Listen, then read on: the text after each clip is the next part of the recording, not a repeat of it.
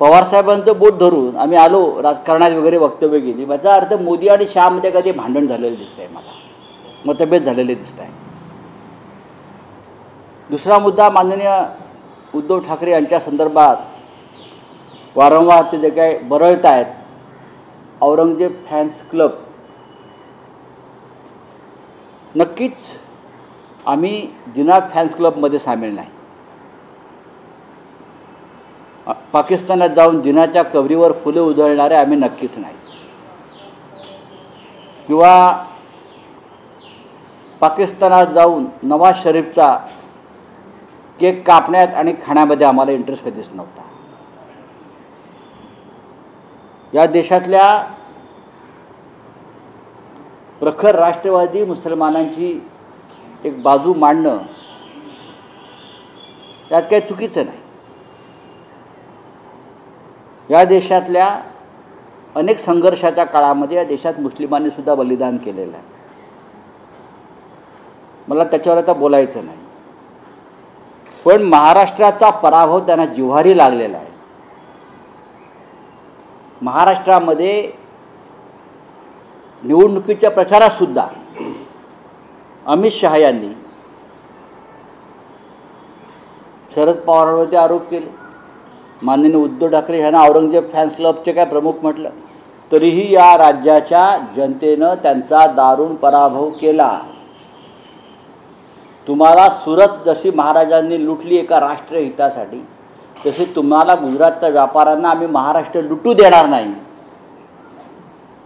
हा संदेश लोकसभा निवडणुकीच्या निकालानं अमित शहांना दिलेला आहे आणि त्याचा आक्रोश ते आता करत आहेत. माननीय शरद पवार साहेब असतील, माननीय उद्धव ठाकरे साहेब असतील, हे दोन या महाराष्ट्राच्या आणि देशाच्या राजकारणातल्या सन्माननीय व्यक्ती आहेत. भारतीय जनता पक्षासारखा खोटारडेपणाच्या मशीन्स लावून आम्ही काम करत नाही.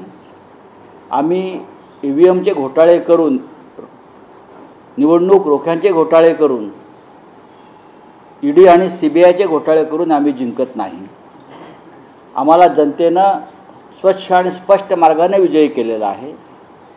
काल गृहमंत्र्यांसमोर देवेंद्र फडणवीस कोणत्या प्रकारची भाषा वापरत होते गृहमंत्री, की महाविकास आघाडीच्या लोकांना ठोकून काढा, ठोकून काढा. ही कुठली भाषा आहे? एका गुंडाची भाषा तुम्ही वापरताय गृहमंत्री. या राज्यात कायदा सुव्यवस्था पूर्णपणे ढासळलेली आहे. रस्त्यावरती गुंडगिरी सुरू आहे, चोऱ्या माऱ्या सुरू आहेत, महिलांवर अत्याचार सुरू आहे,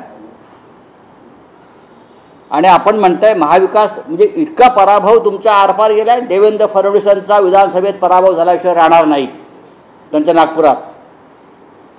महाराष्ट्र ही भाषा सहन करणार नाही. अमित शहांची पुण्यातली भाषा आणि देवेंद्र फडणवीस यांनी गृहमंत्री म्हणून केलेली भाषा. महाविकास आघाडीच्या लोकांना ठोकून काढा म्हणजे काय? ही ठोकशाहीची भाषा तुम्ही करताय. गृहमंत्री राजीनामा द्या अमित शहानी, आणि देवेंद्र फडणवीस यांनी गृहमंत्रीपदाचा राजीनामा द्या आणि भाषा करून दाखवावी ठोकशाहीची. मग ठोकशाही काय आहे हे महाराष्ट्र तुम्हाला दाखवेल.